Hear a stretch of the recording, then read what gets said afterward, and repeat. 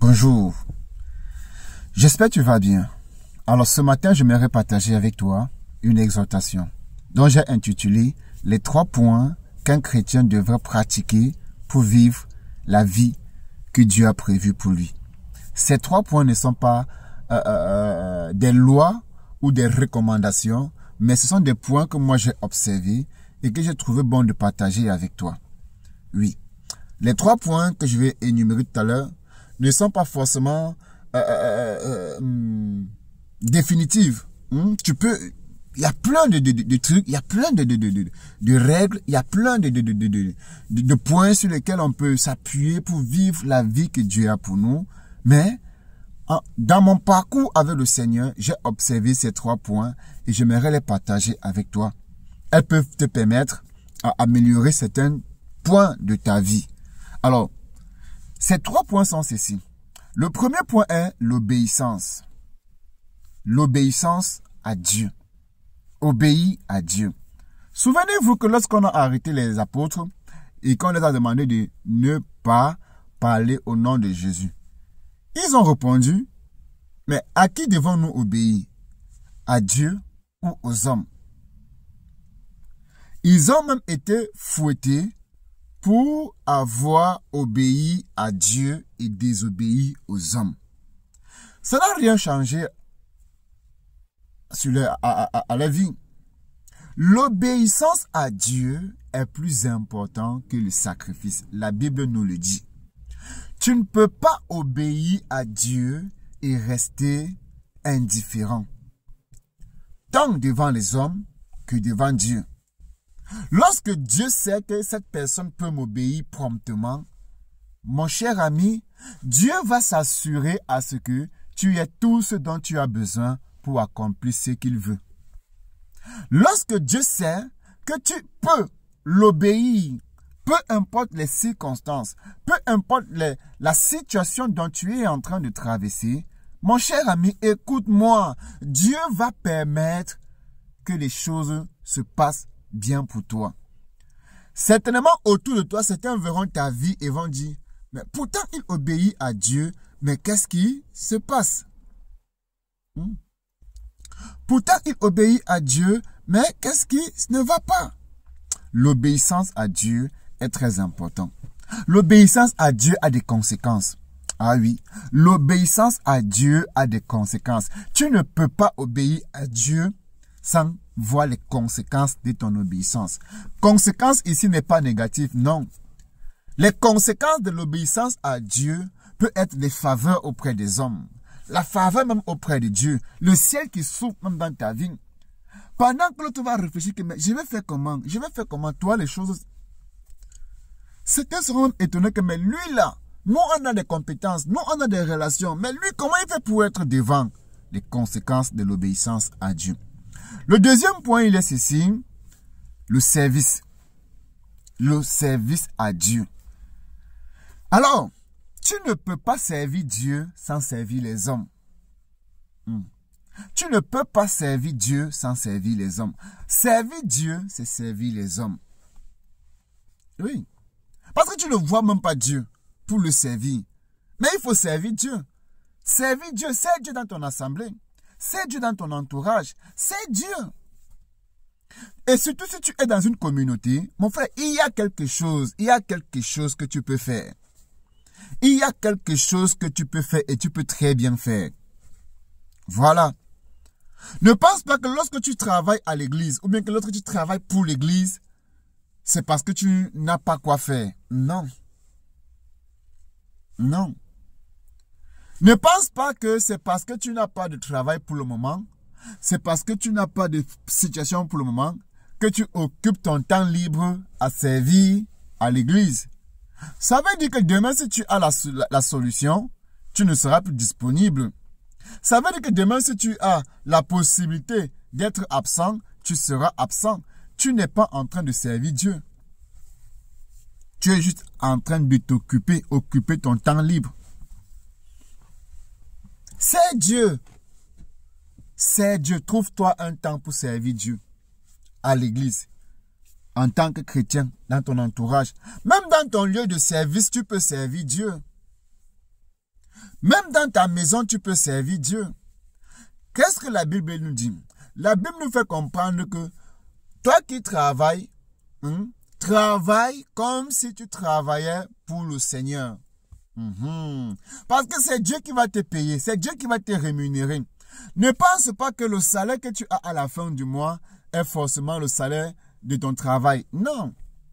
Je prends un exemple. La santé que tu as tous les jours, tu payes ça où? Le souffle de vie que tu as tous les jours, tu prends ça où? Tu achètes ça où? Tu as un compte bancaire de l'oxygène? Travaille. Et lorsque Dieu est fier de ton service, lorsque Dieu approuve ton service, mon frère, il est... En fait, il n'a pas le choix que de t'accorder la santé dont tu as besoin. Et la meilleure façon de servir Dieu commence d'abord par l'obéissance. Tu ne peux pas mieux servir Dieu sans avoir obéi à Dieu. Dieu n'approuve pas le service d'une personne qui n'est pas obéissante. Ah. Dieu n'approuve pas le service d'une personne qui n'est pas obéissant. Ça veut dire quoi? Je prends un exemple très simple. Ton père à la maison, ta mère à la maison te demande de faire quelque chose. Et puis tu dis, oui, maman, je vais le faire, mais tu ne le fais pas. Mais parce que tu sais que maman aime telle chose, maman aime quand je lave telle chose, maman aime quand je fais telle chose, tu veux te rattraper, tu veux te racheter, tu cours faire ce que maman aime ou bien ce que papa aime. Pourquoi? Tu te dis qu'en faisant ça, maman va se calmer, elle va oublier. Non, mais sauf que Dieu n'oublie pas. L'homme peut oublier, mais il n'oublie pas. L'homme peut oublier, mais Dieu, lui, il n'oublie pas. Le meilleur service que tu peux rendre d'abord à Dieu commence par l'obéissance. La Bible nous dit que Dieu aime l'obéissance que les sacrifices. Que tu aies bien fait, que tu aies mal fait, il faut d'abord obéir. Que tu connais faire, que tu ne connais pas faire, il faut d'abord obéir. Bien-aimé, est-ce que tu entends ça? L'obéissance. Rien que l'obéissance. Oui, Seigneur, je vais le faire. Tu te lèves et tu pars le faire. Seigneur, je ne connais même pas faire. Mais pendant que tu es en train de vouloir faire, le Seigneur peut dépêcher un ange qui vient t'aider à faire cela. Ou bien même te montrer. Mais parce que tu as voulu jouer au malin, tu vas mal faire. Ou alors tu ne vas pas faire, tu vas passer à autre chose. Alors, le troisième point, c'est le point que moi j'aime beaucoup. Ah oui, c'est le point que moi j'aime beaucoup. C'est le donner, offrir à Dieu. Offrir à Dieu. Ça me fait rire parce que je peux comprendre quelqu'un qui va se dire, mais si Dieu a tout, pourquoi on va encore donner à Dieu? Ah oui. Moi aussi, je me suis posé cette question, mais pourquoi donner à Dieu? Je me souviens à un moment de ma vie, lorsqu'il fallait donner par exemple la dîme ou bien les offrandes, j'étais quelqu'un qui réfléchissait beaucoup, surtout avec l'argent.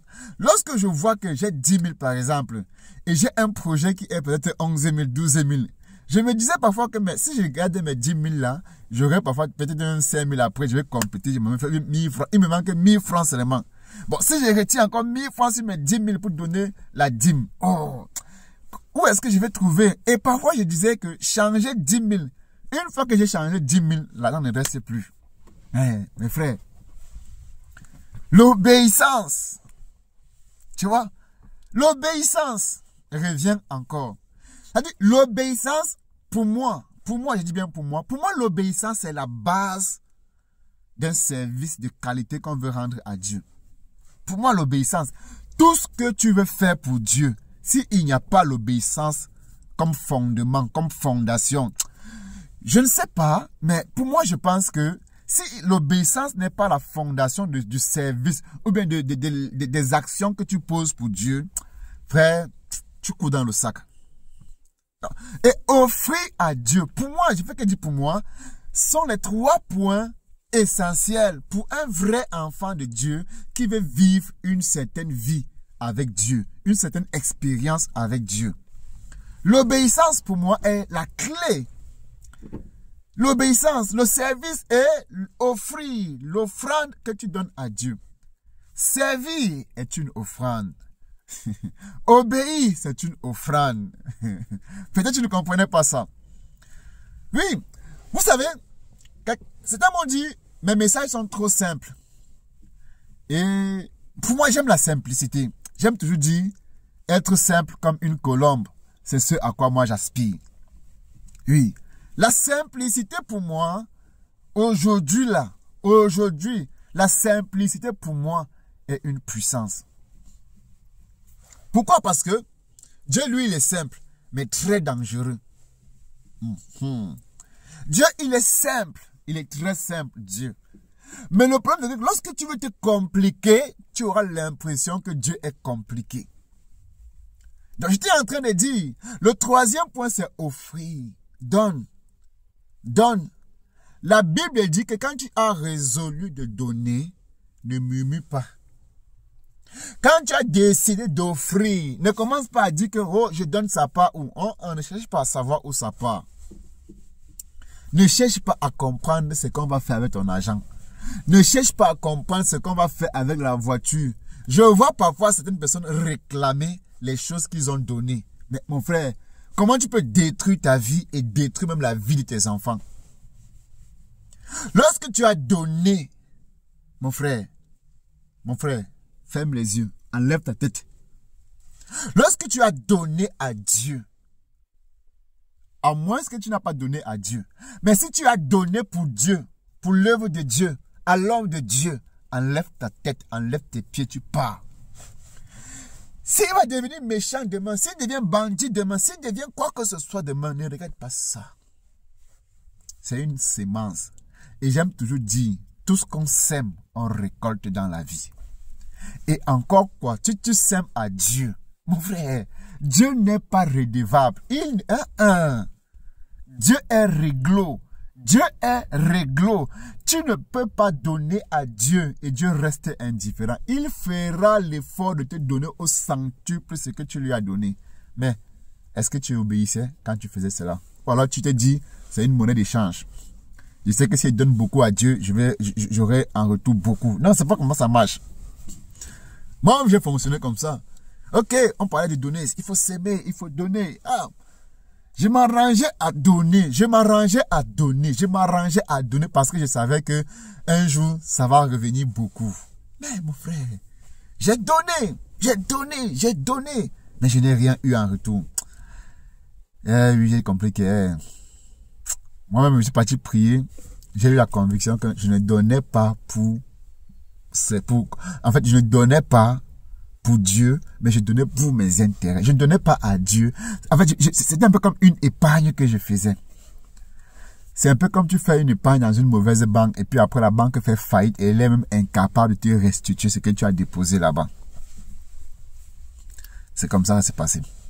Alors quand j'ai compris que mon frère, avant de donner, il faut d'abord obéir. Sur quelle base tu donnes? Sur quelle base tu donnes? Il y en a qui ont donné, mais qui n'ont rien reçu. Nous prenons l'exemple des frères, Caïn et Abel. Tu peux donner. Si l'obéissance n'accompagne pas ton geste, ton offrande, mon frère, c'est zéro. Tu peux servir. Si la base de ton service n'est pas, il n'y a pas l'obéissance, c'est zéro. L'obéissance dans le service, l'obéissance dans l'offrande. Ces 3 points, si tu arrives à les mettre en pratique, parfois quand tu n'as même pas, et tu te poses la question, mais comment est-ce que je vais faire? Au moment où tu tournes la tête à gauche, quand tu vas revenir, la solution s'est présentée. Mais le problème, c'est que tellement l'être humain aime réfléchir, il pense que c'est parce qu'il a développé des capacités que le ciel va s'ouvrir. Non. Obéis, sers Dieu et donne. Donne. Dieu sait que tu as besoin. Dieu sait ce qu'il te faut. Dieu sait quand est-ce qu'il faut te donner telle chose. Mais le problème, c'est que parfois, on demande à Dieu les choses dont on n'a pas besoin pour le moment. Et ça nous détruit. Et ça nous fait mal. Tu as peut-être ce que tu voulais, mais tu n'es pas heureux. Tu as peut-être le poste que tu voulais, mais tu n'es pas stable. Tu as peut-être la maison que tu voulais, mais tu sens qu'il te manque quelque chose. Parfois, Dieu prend du temps à nous donner ce dont on a besoin parce que s'il nous donne ça maintenant, on ne saura pas l'apprécier. Bien-aimé, porte-toi bien.